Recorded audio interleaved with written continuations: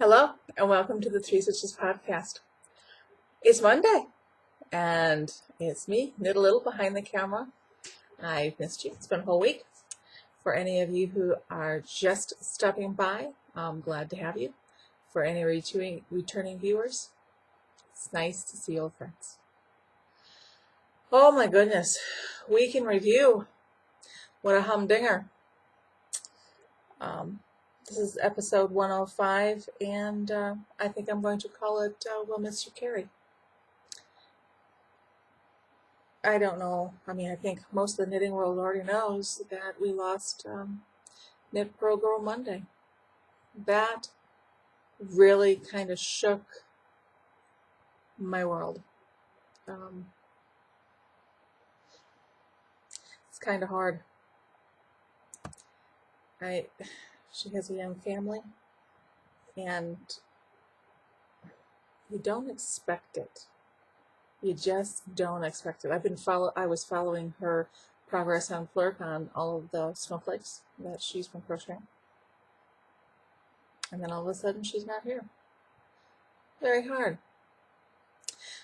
I think the biggest lesson that I think I am taking away from this is if you care about somebody, let them know. Don't let something tragic spur you on. Make every day a moment where you say that you love the ones you love, you like the ones you like, and if somebody makes a difference in your life, let them know it. I did a lot of hugging last week. Well, Rachel was thrilled with it. Mom was, in a huggy mood. Ooh, I like that. Ian and Justin, they were like, They were very tolerant. And the husband was very tolerant too. It kind of shook me to my core. And I think everyone needs a little bit of a shake-up. So you don't take the ones that you love for granted. I'm not going to go on about this because I will burst into tears. Monday was a very crying day for me. Tuesday was a weepy day, and I have gotten better. So let's get back onto this horse. Last week was, I think it's going to be my new norm until after Christmas. You run. I am constantly on the move. So my knitting has to be with me at all times if I'm going to get anything done. So I reverted to my big canvas bag. And it's seen better days. It has seen better days. But it's my go-to bag. It'll hit the washing machine after Christmas when I don't need it anymore. But until I don't need it, it's just going to have to be tolerated by other people. People look at me like, a bag or a carry-all, a diaper bag. It is my canvas bag, and it's what I have been carrying everything around with me. I have been in finishing mode. Like I think everyone on Plurk, I cast it on for the crosswords at the coffee shop. Now, I did not have enough pure wool in the quantity that I wanted to make this shawl. And I had a wool blend. It's called Snowflake Wool Blend. And this is the berry colorway. It's a Hobby Lobby yarn. But it's 56% wool, 44% polyester.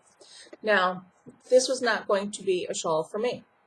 This shawl is going to be on the sofa, so if anyone gets cold, they can curl up in it. It's going to be around, so anyone who gets cold or wants a snuggle, it is here. If I would have done a nice wool, that would have been a recipe for disaster in my house. Because the boys, if they're going to wrap up in something, they're not going to take it easy with it. Rachel, she'll be going through the house with it. My husband will not wrap up in a shawl. No. I'm thinking when the kids are there, I can just throw it over them and they can snuggle up. So the yarn had to be very durable. So that's why I picked the Hobby Lobby Snowflake yarn. That's why I picked it. I like it. It makes me happy. It is going to wash like iron. It is going to wrap around the people that I love, and it will be used. That is what I want. It is warm. It is soft. It is going to be well used. I predict it will go to church when it is the middle of the summer and Father David turns the air conditioning up to, oh my heavens, cold. We live in the desert, so anytime you put the air conditioning on, it gets cold. So this will be with the family no matter what. I did a modification. This is not my first crosswords at the coffee shop. The first one was too small. I gave it away. I mean, it fit the person that I gave it to. If I'm going to wrap it up in this, it better be a little bit bigger than the other one was. So I think I added another 70 stitches to it. 70, 75. And I love how it turned out. I love how big it is. It is going to wrap me up, and I'm going to be happy. I know when I'm going to use it. Right now, we're heading into winter. We are still in 70-degree weather. In the middle of the day, it is hot. So, the nights are cool.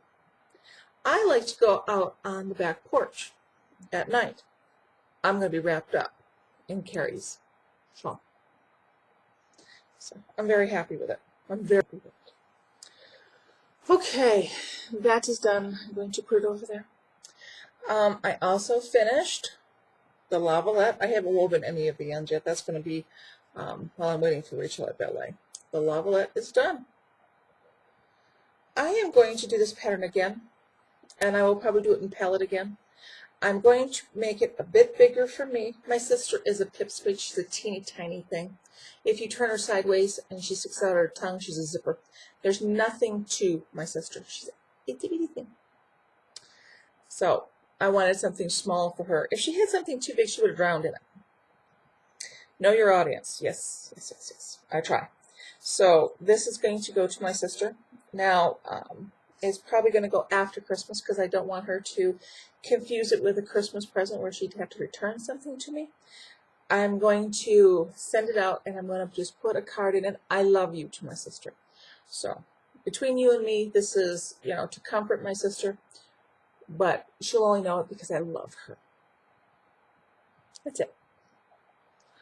Okay, so the Lavalette is done. This was done in Marsala Heather. It was on size 5, US 5 circular needles, and I loved it.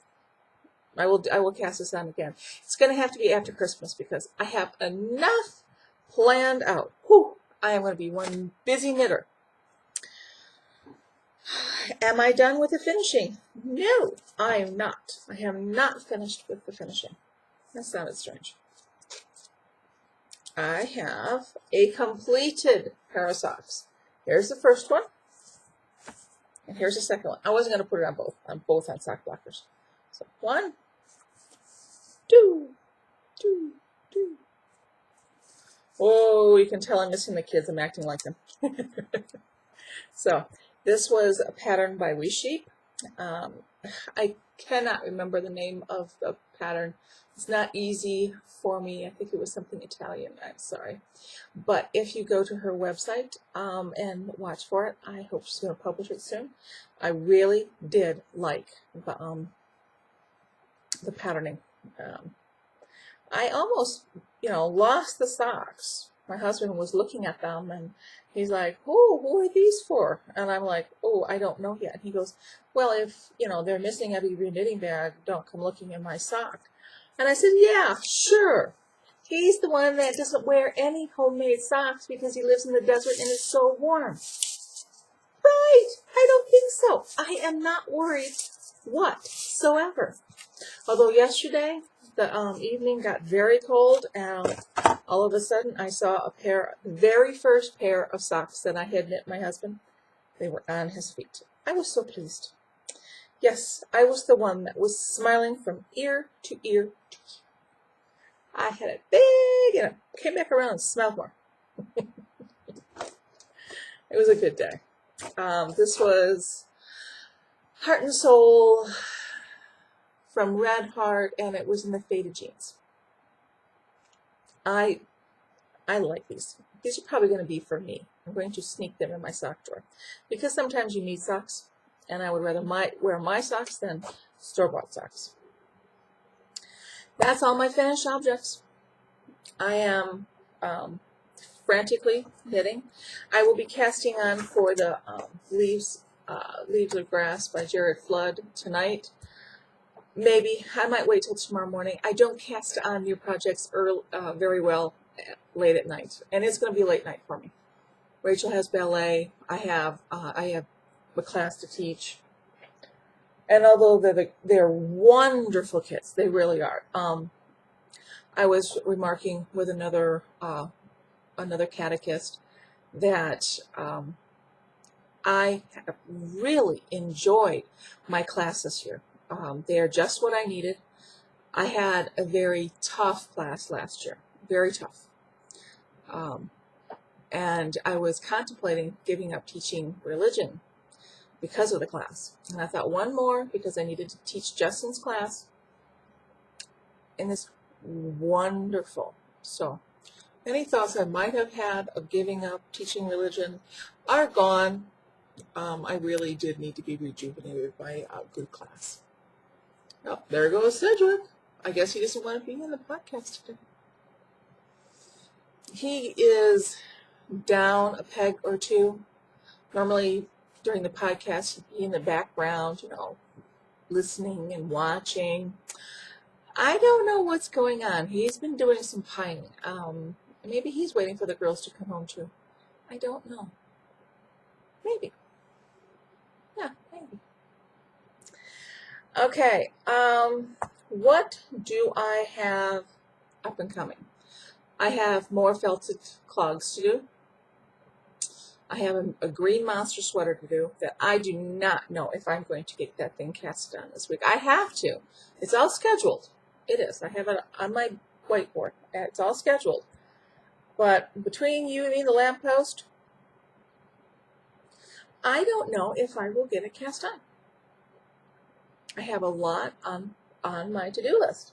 Lady Edith will probably have to wait until Christmas week. I have too much Christmas thing to do. I really do. And to get it done, oh, excuse me, I got the hiccups. I got to get it going. I mean, I love the pattern. I've knit it I don't know how many times. I just have to make a day, and that's all I knit. The felted cloths. And then I'll get the knitting mojo and I'll get it going, I think. Yeah, that's my story, and I'm sticking to it. Just plowing through it, basically. What else is going on? I miss snow. Never thought I would. I mean, I know we're probably going to get it January, maybe February, and we're going to get like 3 days of snow. That's it. I was wondering, like, why am I just, so piney all of a sudden? It's like, I miss snow. How did I come up with this? Went to a birthday party yesterday. Oh, at Chuck E. Cheese. Loudest thing ever. Oh, that place is so loud. It is so. And I looked up at one of the monitors, and we live in El Paso, but a lot of people have they vacation in Ruidoso and Cloudcroft. Well, Cloudcroft has this website where you can watch the street. Why anybody would do this, I haven't a clue. Well, I looked up, and there was the internet feed on the television, and I'm thinking, like, and they have snow. They already have snow. They're up in the mountains. They've already got snow. And I'm like, oh, dang it, I miss snow. Now, once we have snow here, I'll be fine. The kids will play in it. They'll bring in the puddles, and I want to see no more snow. But until that happens, I think I'm going to pine for snow. Um, I have yelled, I need Christmas lists. How can I do Christmas shopping without Christmas lists? Yeah. My husband, I said, look, I can't shop for you unless I have a Christmas list. And he's like, yeah, I'll get it as soon as I get your Christmas list. I went, oh. I have not made a Christmas list out yet. And I don't know what to put on it. This is not silly, okay? I do not know what to put on my Christmas list. I don't. I was warned, no practical things. You can't put on your Christmas list something for the house. Well, if I don't put something on my Christmas list for the house, I won't get it because I know me. So that's my dilemma. By Friday, I have to have my Christmas list and give it to my husband so he can shop for Christmas.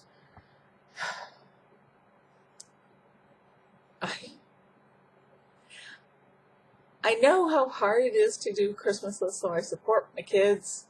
And Lindsay, I'm still waiting for your Christmas list. If I have to do one, chickadee, you have to do one. It's not easy for me to do a Christmas list. I enjoy buying for others, making sure everyone else's Christmas is right. But a Christmas list myself, it's really, really hard. But I know I have to do it, and I know Lindsay's like, ooh. Catherine is done. She'll be home in 5 days. 5 days. 5 days. I am recording this on Monday. She will be home Sunday. Lindsay is the 18th, and I can't wait for it. I cannot wait for everyone to be home. So we're waiting. Lindsay still has exams, so send some good mojo her way. Because if her roommate is sick, then the chances are she might be getting sick, and I don't want to see that. Every single year at Christmas time, we have kids that are sick on Christmas, and it just stinks. But a lot of families go through this. When you have a big family, it goes through it like wildfire, and you just deal with it. But I don't want to deal with sick kids. And there's about 3 minutes before I'm going to let you go. Lindsay, come closer, my darling. Ravioli. Really? I wanted you to come home. I offered. If you want to come home, kiddo, please get on an airplane. Come home. I'd love to have you home for Thanksgiving. More people at the table, the better. I came short of begging. You decided to stay at the dorms. It was not me. It was not your father. And what is this? Oh, it worked out best all the way around.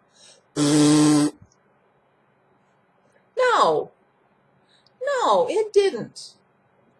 Now, if you like ravioli and you want it for Thanksgiving dinner, no, I'm your mom and you should have turkey on Thanksgiving. Unless you have an allergy to turkey, which you don't because I'm your mom. Thanksgiving is for family. So next year, make it very clear if you would like to come home. Your father and I will bring you home. If you don't want to come home, that's fine too. I can see where it will be great, all the studying time. Only one other person there kind of creeps me out, though, I have to say. You and about one other person in the dorm, yeah, it super creeps me out. And I'm probably going to be uneasy all next Thanksgiving, thank you kindly. If you wanted to come home, you just had to say, that's it. This is the evil mommy stare. Now, I'm saying this, and I don't know if Lindsay's going to watch it. Because she's studying, and she's doing what she should do. So I might be ranting at nothing. So, anyone who agrees with me that if Lindsay wanted to come home for Thanksgiving, Lindsay should have said something. Plurk her, message her. I'm serious. I was quite miffed. And yes, the hole in the kitchen, right up there, was me jumping up and down going, you could have come home, you could have come home. And I was, ask your dog. Because he was watching the podcast too and going, oh. I'm jumping up and down. I was quite miffed with you, darling. Not that I don't love you. I always loved you, but I was miffed. It was bordering on a Donnybrook.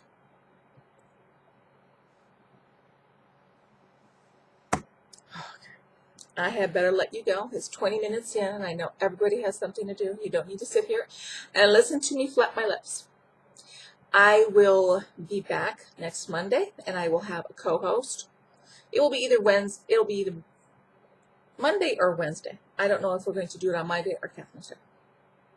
Or we might just shake it up and do it on a Tuesday. You never know. I will see you one day next week. I hope everyone has a great day, and I hope you hug the ones you love the ones you hug. If somebody means something to you, please let them know. Life is too short to say I'll do it tomorrow.